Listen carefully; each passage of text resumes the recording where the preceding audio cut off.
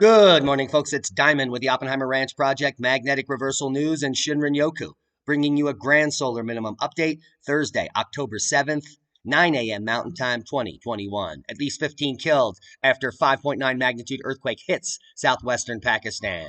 But the big story, potent system bringing rain, snow, and severe weather is about to hit the west. Keep calm. It's boom time. First substantial snowfall of the season is on its way for the Rockies. A significant change in the weather pattern will have some residents wondering if summer simply transitioned into winter across the Northwest and the Rockies. We have the models, so stick with us. Get ready, skiers. Snow is coming with significant snowfall possible next week. 6 inches or more for most of the mountains Tuesday and Wednesday. And well, the snow is coming first Friday and Saturday. And we'll get to that. Snow in Tahoe. Yosemite forecasts as significant changes coming to the weather in the Sierras. Strap on your snowboards. The global warming goodness is about to fall. Very cold winter weather could make an early arrival in New York and New England as well. Now, let's check out the current state of the country. Flash flood threats for southern Appalachians. Very active weather pattern for the west. The entire southeast is mired in dense fog warnings, so heads up if you're driving out there.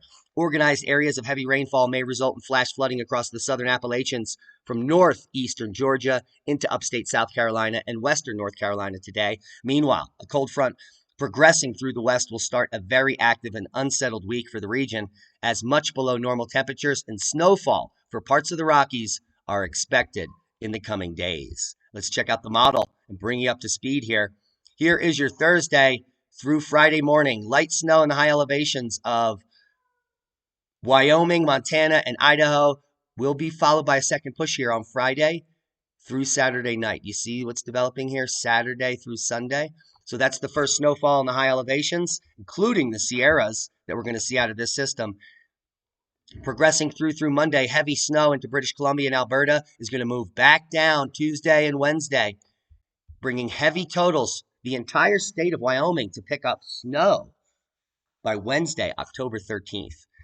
And the snow pattern continues in the east and in the mid-continent by mid-October. So we're going to keep a close eye on a very snowy pattern. Take a look at that. Heads up. Now let's get back to the earthquake activity. At least 15 killed. I've seen some reports of over 20. And the problem here is construction. Poorly constructed homes, not willing to withstand earthquakes at all. And if you're inside one of these structures, well, you just get buried. Seismic update. We have one boomer, 5.9, near Japan, and this has been a recurring theme day after day, so we could be setting up for a large event in Japan. No other quakes of note. Worldwide volcano news update.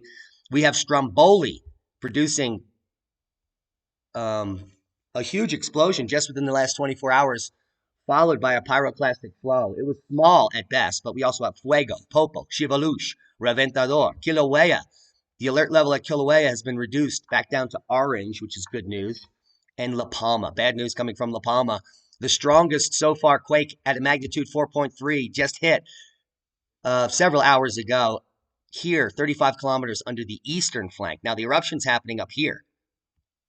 So this is a very interesting development. The largest so far earthquake occurred an hour ago, according to this, but that was actually several hours ago now. Under the eastern flank, it was felt by most of the island. So that's going to be raising nerves on the island. And there was an uptick last night in our last update about an increase in seismicity.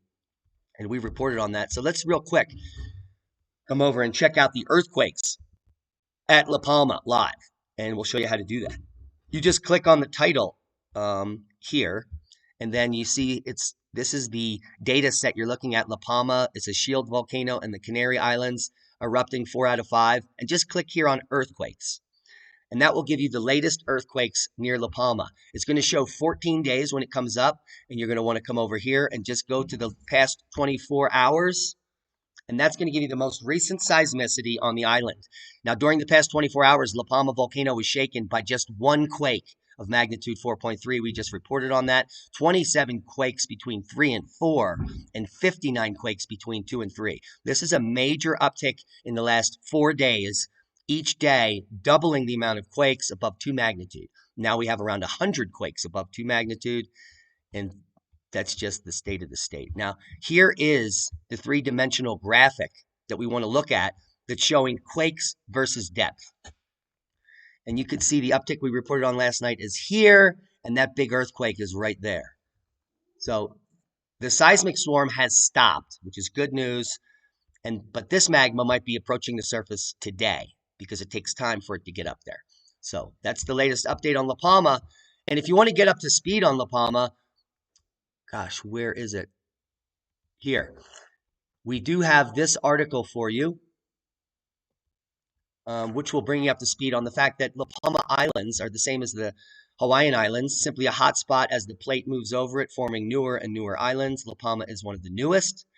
Actually, the newest is El Hierro, and La Palma is only 2 million years old, where El Hierro is quite recent. Now, the magma flow that shaped the Canaries over the last 20 million years continues. And here is a good representation of that hotspot making an island, and then the plate moving to the east there. There's Tenerife, La Gomera, and then La Palma.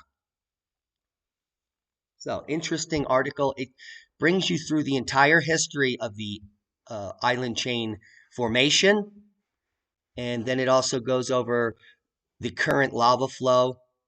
And here you're seeing the progression of that lava flow on the western flank, southwestern flank of La Palma currently. There's Todoque Mountain, and you can see that split the lava, and it's now cascading off the cliff here.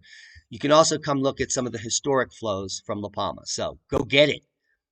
Now let's look at the earthquakes in Iceland, because we have been warning of an eruption here, and it looks like Askja is maintaining its seismic swarm activity, as well as the Reykjanes Peninsula. You can see here a seismic swarm happening about 24 hours ago and one just about 12 hours ago.